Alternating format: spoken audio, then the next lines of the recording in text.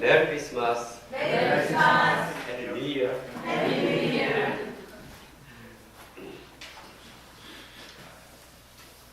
성탄절을 지내고 또 새해를 준비할 때 계시의 말씀을 듣게 되어 감사합니다. 오늘 메시지는 한 해를 마무리하고 새해를 준비하는 데 꼭 필요한 말씀입니다. 왜냐하면 이 말씀은 우리 신자가 항상 잊지 않고 간직해야 할 매우 중요한 말씀이기 때문입니다. 특히 본문을 통해서 말세에 우리 신자들이 해야 할 일이 무엇인가 그 일을 배우기를 원합니다. 사도 요한은 계시를 봅니다. 그는 지팡이와 같은 갈대를 받습니다. 갈대를 받으면서 측량하라는 명령을 듣습니다. 일어나서 하나님의 성전과 제단과 그 안에서 경배하는 자들을 측량하라. 그러나 성전 바깥마당은 측량하지 말라고 말씀하십니다. 왜냐하면 이곳은 이방인들에게 내어줬기 때문입니다. 이방 불신자들은 거룩한 성을 42달 동안 짓밟게 됩니다. 이 계시가 나타내는 의미가 무엇일까요? 먼저 하나님의 성전과 또한 제단과 그 안에 경배하는 자는 교회를 말합니다. 성전 또한 제단, 그 안에 경배하는 자들, 이것은 교회를 구성하는 요소입니다. 그런데 교회는 하나님의 측량하심을 받습니다. 하나님의 측량하심을 받는다는 것은 보고를 받는 것입니다. 이로 인해 교회에 하나님이 주시는 위로와 안식이 있습니다. 기쁨과 평강이 있습니다. 하나님의 사랑이 있습니다. 동시에 거룩한 성이 짓밟혀진다는 말씀은 교회가 불신자들에게 괴로움을 당한다는 사실을 말하고 있습니다. 그러므로 교회에 다닌다고 해서 신자가 항상 평강이 있고 위로만 받는 것이 아닙니다.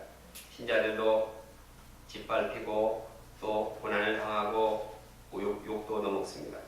예를 들어서 토론을 하다가 불신자 교수님과 학생들이 토론을 하면서 신자가 말하기를 동성연애야 또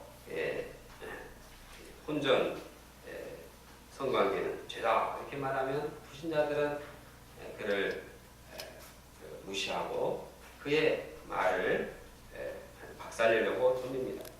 신자가 열심히 성경 공부를 하면 선배들이나 후배들이 존경하는 게 아니라 아주 한심한 자로 취급합니다. 아주 자존심을 짓밟게 합니다. 도대체 뭐하냐? 또 집에 들어가면 위로를 받아야 할 터인데 부모님은 얘가 예수 믿더니 완전 얘가 배렸다 하고 무시합니다.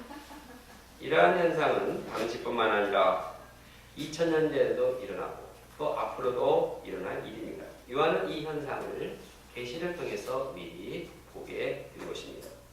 그러면 주님께서는 교회를 통해 무슨 일을 하십니까? 예수님은 교회에게 권세를 주어서 예언하게 하십니다. 3절을 함께 읽겠습니다.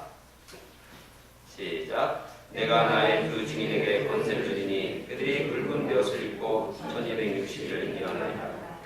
여기서 증인이란 누구입니까? 4절에 보면 증인이 촛대라고 말씀합니다. 요한계시록에서 요한계시록 1장 20절에 보면 촛대는 바로 교회라고 말하고 있습니다. 의미상으로 볼 때 촛대는 어둠을 밝히는 역할을 함으로써 교회를 말합니다. 그래서 교회도 세상의 어둠을 밝히는 그런 곳입니다. 그런데 이 촛대에 불을 밝히기 위해서는 기름이 필요합니다. 그러므로 그 기름을 공급하기 위해서 두 감람나무가 서 있습니다. 4절에 보면 이 땅에 주 앞에서 서 있는 두 감람나무와 두 촛대니 증인이 바로 두 감람나무와 촛대라고 말하고 있습니다. 그러므로 이 증인이란 교회를 말하고 있습니다. 그런데 하필 왜 한 증인이 아니라 두 증인이라고 했을까요? 이는 증거의 역할을 맡고 있는 교회를 나타내기 위해서입니다. 둘이라는 숫자는 증거의 확실성을 말해주는 것입니다. 두 사람 이상 증거해야지 확실함을 보장받습니다. 하나님께서는 두 증인들인 교회가 말씀을 예언할 것이라고 말합니다. 교회가 해야 할 많은 일이 있지만 말세에 하나님께서는 말씀을 예언할 것이라고 말씀합니다. 그런데 그들은 굵은 베옷을 입고 예언합니다. 굵은 베옷이란 죄를 보고 아파하는 마음을 아파할 때 입는 옷입니다. 교회가 말씀을 전할 때, 말씀을 선포할 때 아픈 마음을 가지고 전하는 것입니다. 교회는 회개치 않는 불신자를 보고 안타까운 마음을 가지고 어찌하든지 그들을 참 사랑하는 마음으로 또 불신한 그 모습을 볼 때 애통하는 마음으로 굵은 베옷을 입고 말씀을 전합니다. 그런데 1260일 동안 말씀을 전합니다.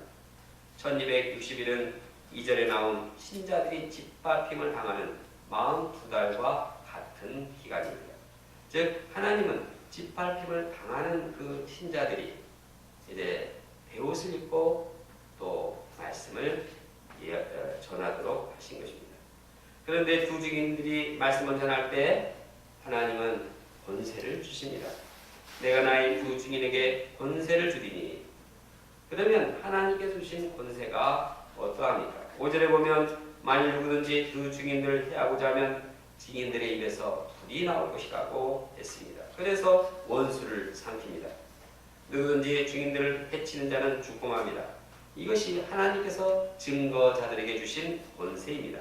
하나님께서 증인들에게 권세를 주셨기 때문에 증인들은 모든 방해와 대적들 가운데서도 이를 물리치고 말씀을 전파하게 됩니다.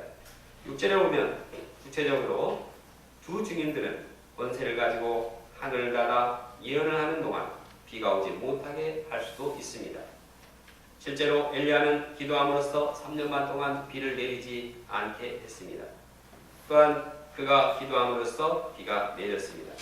이처럼 교회는 엘리야가 가진 기도의 능력을 체험할 수 있습니다. 교회는 권능을 가지고 물을 피로 변하게 할 수도 있습니다. 아무 때든지 원하는 대로 여러 가지 재앙으로 땅을 칠 수도 있습니다. 실제로 출애굽 때 모세는 지팡이로 하수를 쳐서 애굽의 모든 물을 피로 변하게 했습니다. 여러 재앙이 임하기도 했습니다. 마찬가지로 하나님께서는 교회 신자들에게 권세를 주심으로써 권능을 행하고 재앙을 내리며 원수들과 싸우게 하십니다. 예를 들어서 중국의 지하교회는 중국 정부로부터 핍박과 제재와 압박을 받고 있습니다. 이러한 어려운 상황 가운데서도 중국인들 가운데 말씀이 급속도로 확장되고 또 그들이 기적적으로 변화되고 있습니다. 이는 하나님께서 그들에게 권세를 주심으로 기적을 일으키시기 때문입니다. 거기에 권능의 일이 벌어지기 때문에 가능한 일입니다. 유럽 선교도 마찬가지입니다. 유럽은 영적으로 매우 안 좋은 상황입니다. 교회가 무시를 당하고 있습니다. 기독교 신자들이 재배폭 줄어들고 있습니다. 그러나 선교사님들이 조롱과 핍박을 받으면서도 말씀을 증거할 때 거기에 하나님께서 함께 하심으로 놀라운 변화 역사가 일어나고 있습니다. 유럽 현지인들이 영적으로 변화되고 있습니다. 어떻게 이러한 일이 일어날 수 있습니까? 그것은 하나님께서 복음 증거자들에게 권세를 주기 때문입니다.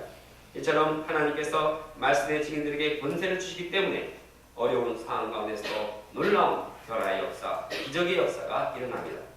따라서 우리가 불신자들로부터 짓밟힘을 당할지라도 말씀을 전해야 합니다. 하나님께서는 우리 증인들에게 권세를 주십니다. 우리가 말씀을 증거함으로써 하나님의 권세를 체험하며 담대하게 도전하는 자들이기 원합니다.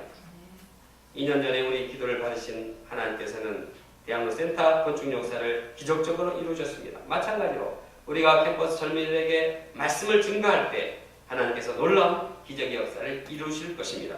하나님께서 권세를 주심으로 말씀을 들은 젊은이들이 변화해서 제자로 성장하게 될 것을 믿습니다. 그러나 이처럼 두 증인이 말씀을 전할 때 여기에 대한 사단의 반격이 만만치 않습니다. 무적응으로 올라오는 짐승이 있다고 했는데 바로 이 존재는 사탄입니다. 사단은 두 증인의 증언을 마칠 때 전쟁을 일으킵니다. 사단은 총력전을 펼쳐서 증인들을 이기고 죽입니다. 그래서 증인들의 십자가 큰 성길에 버려집니다.